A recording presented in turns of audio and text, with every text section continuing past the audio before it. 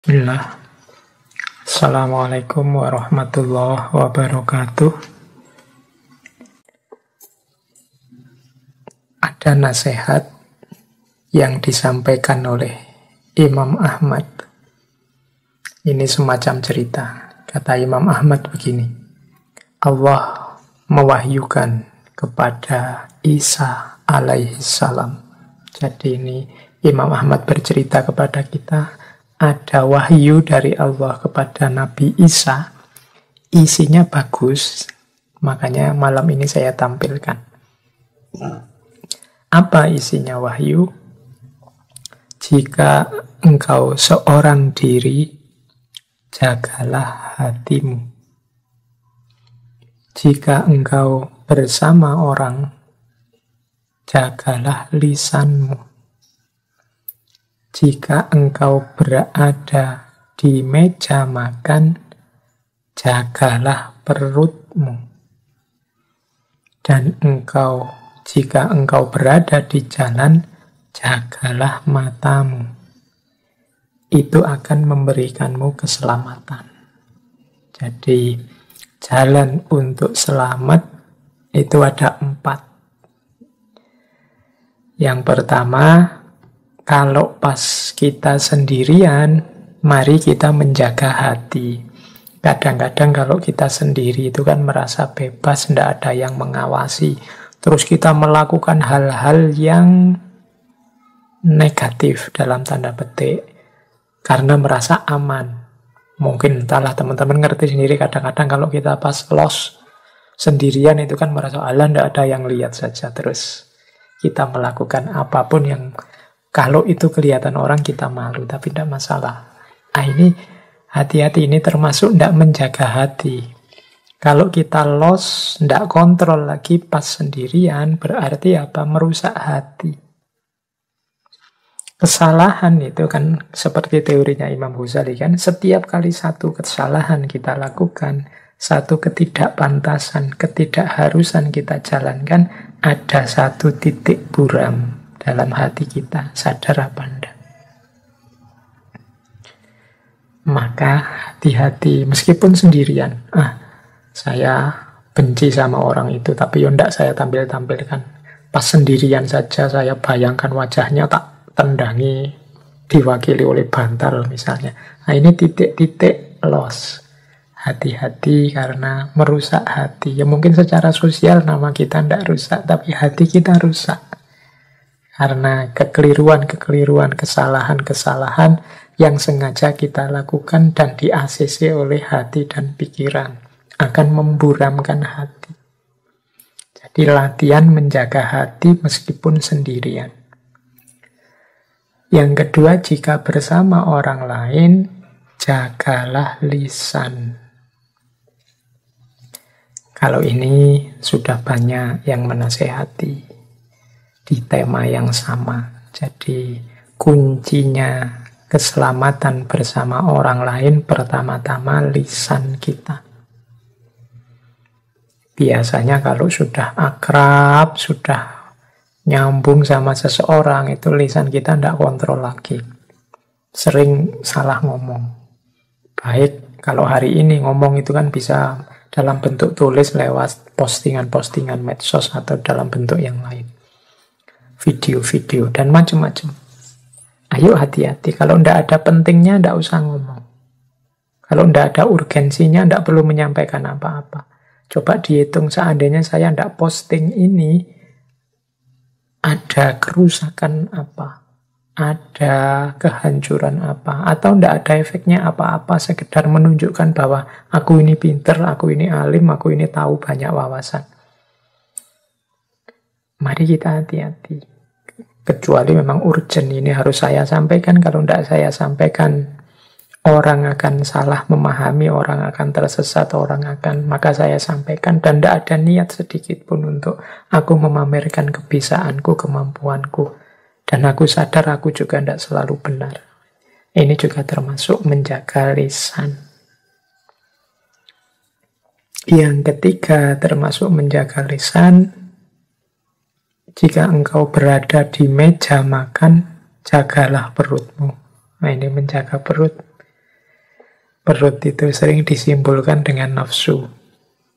Kalau perut ini kita artikan nafsu, meja makan ini bisa kita artikan dunia. Diartikan letterlek juga boleh, diartikan majasi sebagai nafsu dan dunia juga boleh. Kalau kita di meja makan tidak menjaga perut, biasanya efeknya individual dan sosial. Dan juga mungkin vertikal, ada religiusnya. Individual apa? Sakit. Kalau makan kita tidak kontrol, sakit. Hari ini penyakit-penyakit berat itu kan banyak yang awalnya karena makan yang tidak kontrol. Secara sosial apa? Kehormatan. Orang yang tidak bisa menjaga perilaku makannya di meja makan itu secara sosial biasanya dianggap tidak sopan, dianggap tidak etis, tidak beradab, tidak berakhlak. Kalau orang Jawa menyebutnya geragas, rakus, tidak pantas untuk dilihat.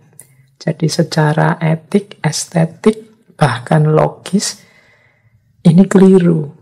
Maka ini maknanya dalam nasihat wahyu dari Allah kepada Nabi Isa ini. Jadi jika engkau berada di meja makan, jagalah perutmu. Yo secara vertikal hubungannya dengan agama, dengan Allah, yo pastinya Allah tidak ridho, tidak berkenan dengan kelakuan yang tidak menjaga diri, termasuk menjaga perut. Makanya Al-Quran itu kalau tentang makan, kalimat terakhirnya wala tusrifu, jangan berlebihan. Berlebihan itu merusak semuanya. Dan yang keempat, jika engkau berada di jalan, jagalah matamu. Karena mata ini sumber banyak masalah. Melihat yang tidak harus dilihat, sumber masalah.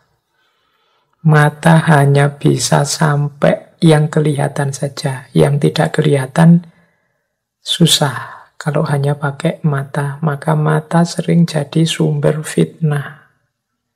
Melihat orang berdua, laki-laki dan perempuan, terus wah ini mesti melakukan yang dilarang agama, padahal kita tidak ngerti aslinya. Awalnya dari mana? Hanya melihat mata saja, berawal dari pandangan saja. Jadi kalau engkau di luar, kalau bisa jagalah matamu.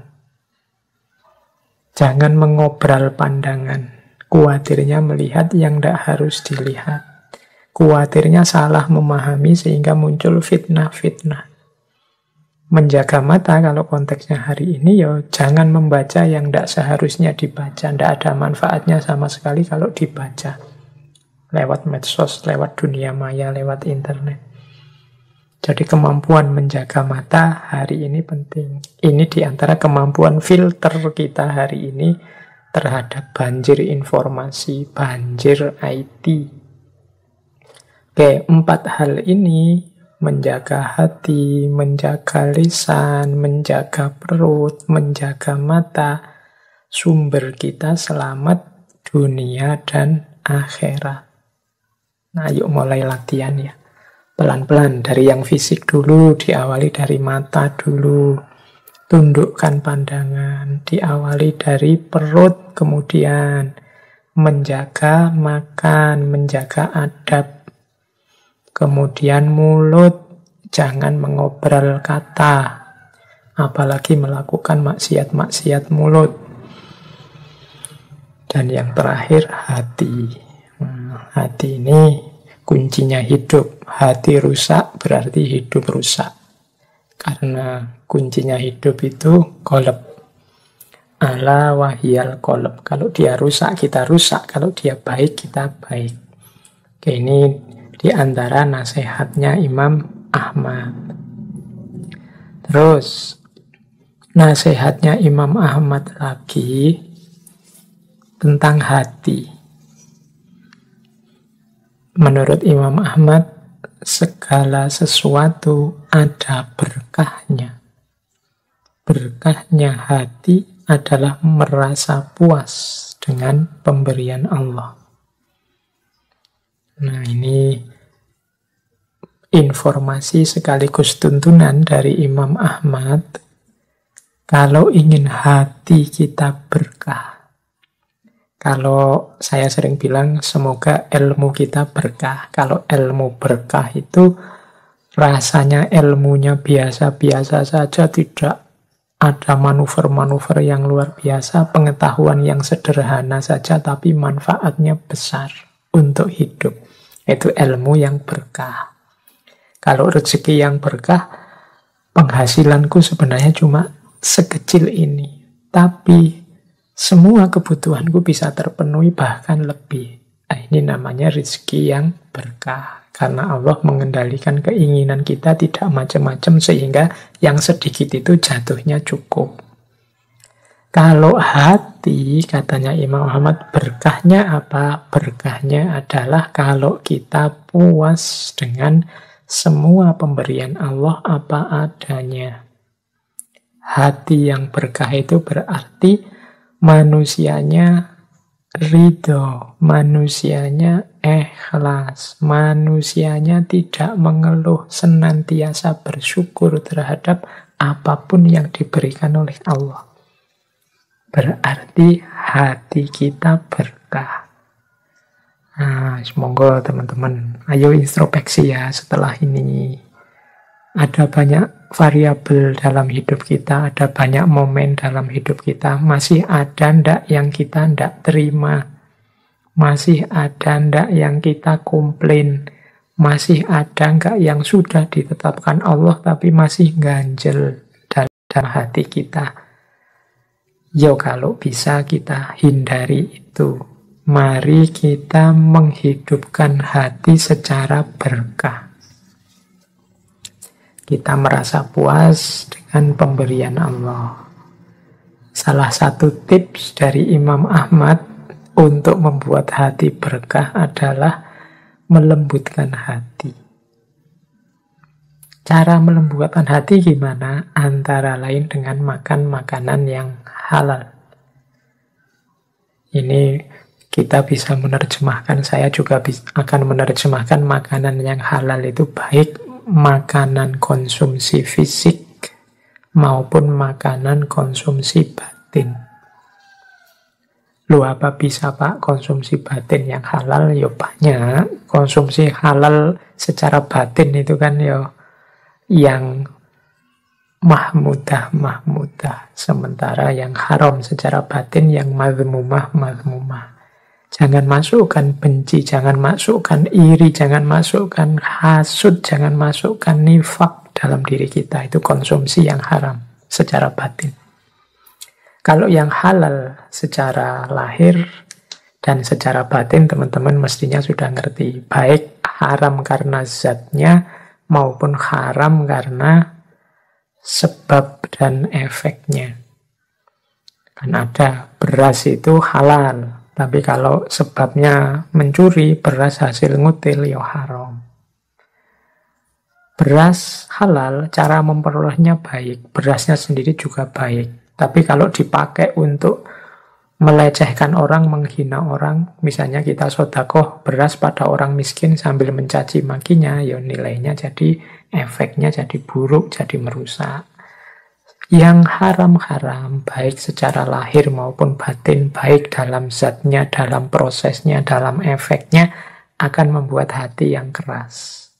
Hati yang keras akan membuat hati tidak berkah. Hati yang tidak berkah itu hati yang tidak puas dengan ketetapan dan pemberiannya Allah. Nah, ayo sekarang mulai kita introspeksi. Kalau masih ada hal-hal yang kita komplain dari ketetapannya Allah, yang kita tidak ridho, tidak rela dari ketetapannya Allah, mungkin karena hati kita tidak berkah. Mengapa hati kita tidak berkah? Hati kita tidak lembut. Sehingga pemberian Allah selalu mental. Mengapa tidak lembut? Jangan-jangan yang masuk hal-hal yang tidak halal, baik secara lahir maupun secara batin. Jadi itu cara kita mengelola hati. Kemarin-kemarin saya banyak bilang tentang tentang pikiran dan ilmu yang berkah. Sekarang Imam Ahmad mengajari kita hati juga harus berkah. Buktinya apa? Puas dengan pemberian Allah. Baik, kita lanjutkan lagi. Ini ada hubungannya juga dengan rizki. Nah, biasanya orang tidak terima itu dalam hal rezeki. Gajiku kok sedikit ya, orang lain kaya, aku tidak punya apa-apa, dan seterusnya. Itu urusan rezeki. Imam Ahmad memberi beberapa tips agar kita bisa menerima apapun ketetapan Allah dalam hal rezeki. Kata Imam Ahmad, rezeki itu kalau sudah jatah kita, rezeki itu telah dibagi, tidak akan bertambah dan tidak akan berkurang. Setiap orang sudah punya jatah rezeki sendiri-sendiri. Tapi Pak, kok ada orang itu yang rasanya kekurangan sementara yang lain kelebihan? Yaitu masing-masing dengan ujiannya sendiri-sendiri. Yang kelebihan, yang merasa lebih mau ndak berbagi, yang merasa kurang mau ndak tetap ridho dan sabar. Kalau jatah sudah pasti. Tinggal kita ridho atau tidak, menerima atau tidak ketetapannya Allah. Rezeki tidak akan bertambah atau berkurang. Yang kemudian dituntut oleh Allah sikap kita terhadap rezeki. Kata Imam Ahmad selanjutnya, rezeki itu disebut bertambah jika pemiliknya memperoleh kemudahan dari Allah untuk menginfakkannya dalam ketaatan. Kalimat bertambah di sini bisa kita artikan barokah. Jadi rizki itu barokah kalau orang yang punya rizki dianugerahi oleh Allah kesadaran untuk berbagi, menginfakkannya dalam ketaatan, itu barokah. Tadi di depan saya bilang, biasanya orang mendefinisikan rizki barokah itu jumlahnya sedikit tapi rasanya tetap cukup. Ya itu juga termasuk ziyadatul khair. Tapi ada lagi parameter untuk mengukur rizki kita itu benar-benar barokah apa tidak. Yaitu katanya Imam Ahmad, kalau kita punya kesadaran untuk berbagi. Berarti barokah. Yang namanya rizki itu kan jatah kita. Tidak bertambah, tidak berkurang. Lah kok kita mau berbagi dengan orang lain, berarti rizki kita barokah. Tidak sekedar yang sedikit jadi cukup, yang cukup jadi banyak. Tapi berapapun yang kita peroleh, kita punya kesadaran untuk berbagi. Kita tidak berambisi untuk menikmati sendiri, tapi ingin orang lain juga merasakan serba sedikit apa yang kita nikmati. Oke, jadi itu wasiat dari Imam Ahmad tentang rizki. Jadi kalau rizkinya barokah, insya Allah yang masuk ke dalam diri kita juga hal-hal yang barokah. Kalau sudah yang masuk hal-hal yang barokah, hati kita akan barokah. Hati yang barokah adalah hati yang diridhoi oleh Allah. Seperti yang kita jelaskan sebelumnya. Saya akhiri sekian untuk sesi malam hari ini. Kurang lebihnya mohon maaf. Wallahul muwafiq, wallahu a'lam bissawab. Wassalamualaikum warahmatullahi wabarakatuh.